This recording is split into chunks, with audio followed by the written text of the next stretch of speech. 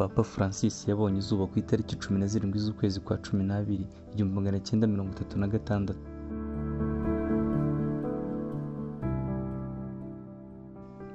Igihumbi 1970 yabonye impamyabumenyi mu bijyanye na teolojiya. 1969 nibwo yahawe ubuseserdoti. Naho umwaka wa 1973 Francis yagizwe umuyobozi mu muryango w'abapadiri b'abajesuiti.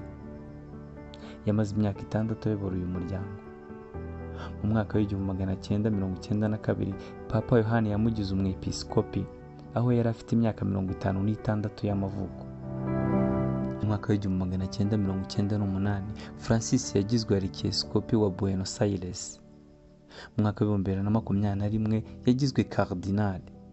Ku itariki 13 z'ukwezi kwa gatatu mwaka wa 2013 yatorewe kuba papa aho yari asimbuye Papa Benedict wa 16 wari umaze kwegura kuri uwo mwanya. None ku itariki 21 z'ukwezi kwa kane nyuma yaho yari amaze guha umugisha abari bitabiriye igitambo cya misa y'umunsi mukuru wa Pasika, yitabye Imana mu rukerera rwo kuwa mbere ku itariki 21 z'ukwezi kwa kane umwaka wa 2025 ku myaka ye 88. Imana imwakire mu bayo.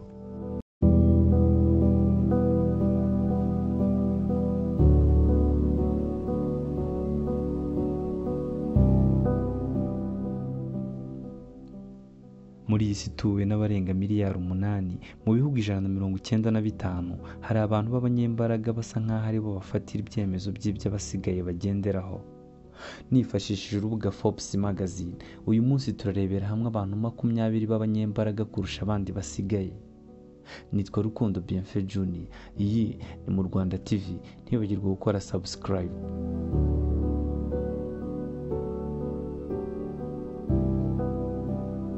Ku mwanya wa 20 turahasanga Carlos Slim Hale.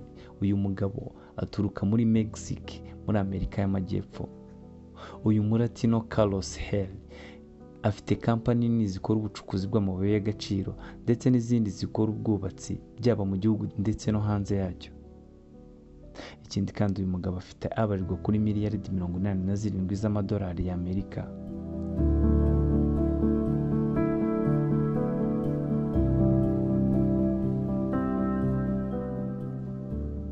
Ku mwanya wa 19 turasanga Jamie Dimon. Uyu Jamie Dimon ni umunyamerika wabaye CEO w'uruganda rwa JP Morgan. Afite kandi n'imigabane muri kaminuza ya Harvard University.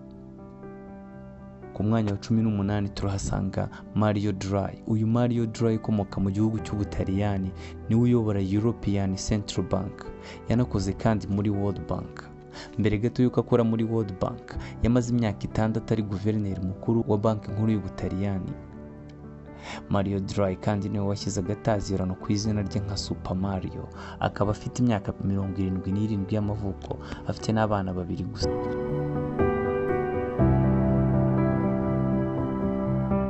Ku mwanya wa 17 turahasanga Ayatollah Ali Khamenei, umuyobozi w'ikirenga wa Iran. Ku mwanya wa 16 turahasanga Warren Buffett. Warren Buffett afatwa nk'umushoramari w'ibihe byose muri Leta Zunze Ubumwe za Amerika, aho abarirwa akayabo kakaba miliyari 161 z'amadolari y'Amerika. Naho ku mwanya wa 15 turahasanga Li Keqiang.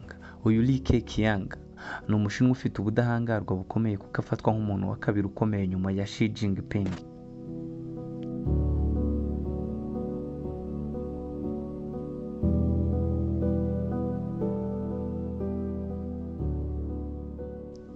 Umwanya wa 14 turahasanga Theresa May. Uyu Theresa May ni wo mu bwami bw'Ubwongereza, yanabaye Premier Ministre w'Ubwongereza mbere yuko bwikura mu muryango w'ubumwe bw'Uburayi.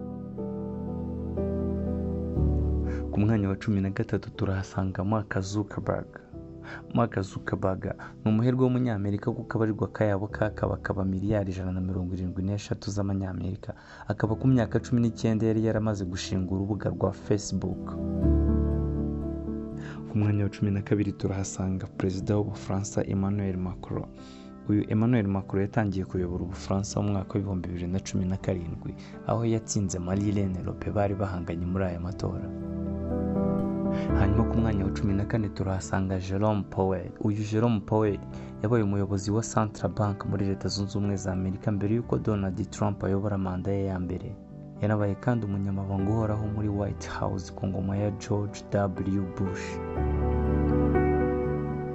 Naho ku mwanya wa 10 turahasanga Larry Page. Larry Page nawe ari mu batunzi bakomeye kuko abarirwa akayabo kagera kuri miliyari 126. Uyu kandi yabaye umuyobozi wa Google mu mwaka wa 2019, aho ngubu asigaye abarirwa mu banyamuryango bakomeye b'iki kigo. Ku mwanya wa 9 turahasanga Narendra Modi. Uyu ni minisitiri w'intebe w'Ubuhinde uyobora igihugu cya kabiri gituwe n'abaturage benshi ku isi. Naho ku mwanya wa 8 turasanga Mohammed bin Salim Al Saud. Uyu ni umuyobozi w'ikirenga wa Leta Zunze Ubumwe z'Abarabu. Ku mwanya wa 7 turahasanga Bill Gates, umuherwe w'umunyamerika nyiri Bill and Melinda Gates Foundation. Ku mwanya wa 6 nk'uko tubikesha urubuga rwa Forbes magazine turahasanga nyiri ubutungane Papa Francis, ariko ubutakibarizwa kuri isi y'abazima kuko yatabarutse yari umuntu wa 6 mu bantu bafite ubudahangarwa ku isi nk'uko tubikesha uru rubuga. Yari umushumba mukuru wa Kiliziya Gatolika ku isi, aho yari yarasimbuye Benedicto wa 16. Papa Francis witabye Imana yari afite imyaka 88 y'amavuko. Yabaye umupapa wa mbere uturuka muri Amerika y'Amajyepfo, akaba yaravukiye mu mujyi witwa Buenos Aires.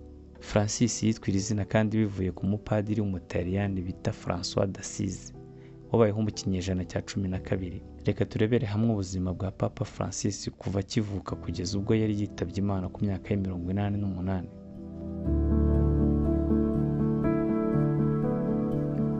Reka turebere hamwe incamake y'urugendo rwa Papa Francis kuva avutse kugeza ubwo yitabye Imana. Papa Francis yabonye izuba ku itariki 17 z'ukwezi kwa 12 1936.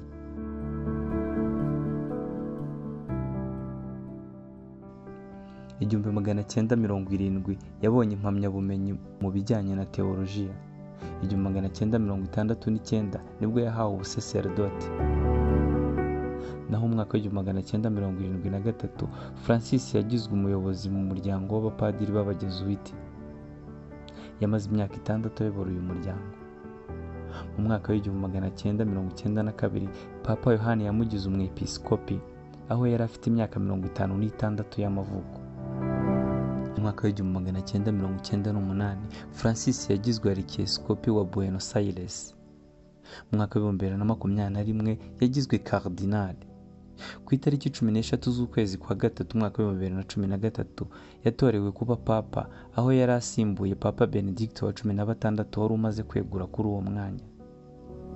None ku itariki 21 z'ukwezi kwa 4 nyuma yaho yari amaze guha umugisha abari bitabiriye igitambo cya misa y'umunsi mukuru wa Pasika, yitabye Imana mu rukerera rwo kuwa mbere ku itariki 21 z'ukwezi kwa 4 umwaka wa 2025 ku myaka ya 88.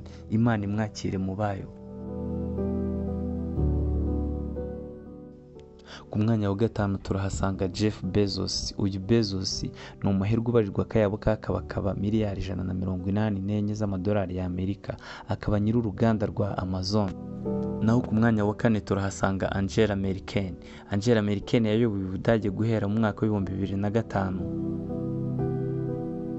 Mu mwaka wa 2018 urubuga Forbes magazine rwamugize umugore wa mbere mu bantu bafite ijambo rikomeye ku isi. Naho mu mwaka wa 2019 urubuga rwongeye kumugarura ku mwanya wa 4 mu bantu bafite ububasha bukomeye hano ku isi. Ku mwanya wa 3 turahasanga Donald J. Trump. Donald J. Trump, perezida wa 47 wa Leta Zunze Ubumwe za Amerika, aho yari yarabaye na perezida wa 45 wa Leta Zunze Ubumwe za Amerika. Kuri ino nshuro yabaye perezida wa 47 aho yari ahigitse Kamala Harris waje akorera mu ngata mugenzi we Biden baturuka mu ishyaka ry'abademokrate. Uyu Biden wakuyemo akarenge aho yari amaze kugaragariza intege nke muri campaign zari zirimbanije, maze agasimburwa na Kamala Harris, umugore wari vice perezida we, ariko biranga bibi by'ubusa Donald Trump birangira atsinze aya matora aba perezida wa 47 wa Leta Zunze Ubumwe za Amerika. Ku mwanya wa 2 turahasanga Vladimirovich Putin. umugabo w'ubudahangarwa bukomeye mu isi aho bigaragarira buri wese, kuko igihugu cye kimaze iminsi igera ku 1126 mu ntambara yeruye na Ukraine. Muri iyi ntambara ibihugu byose by'ubumwe bw'Uburayi byatanze inkunga zitagira ingano n'akayabo k'amadolari y'Amerika kugira ngo batere inkunga iki gihugu kirebe ko cyakwikura imbere y'Uburusiya, ariko byaranze bikomeza kuba iby'ubusa.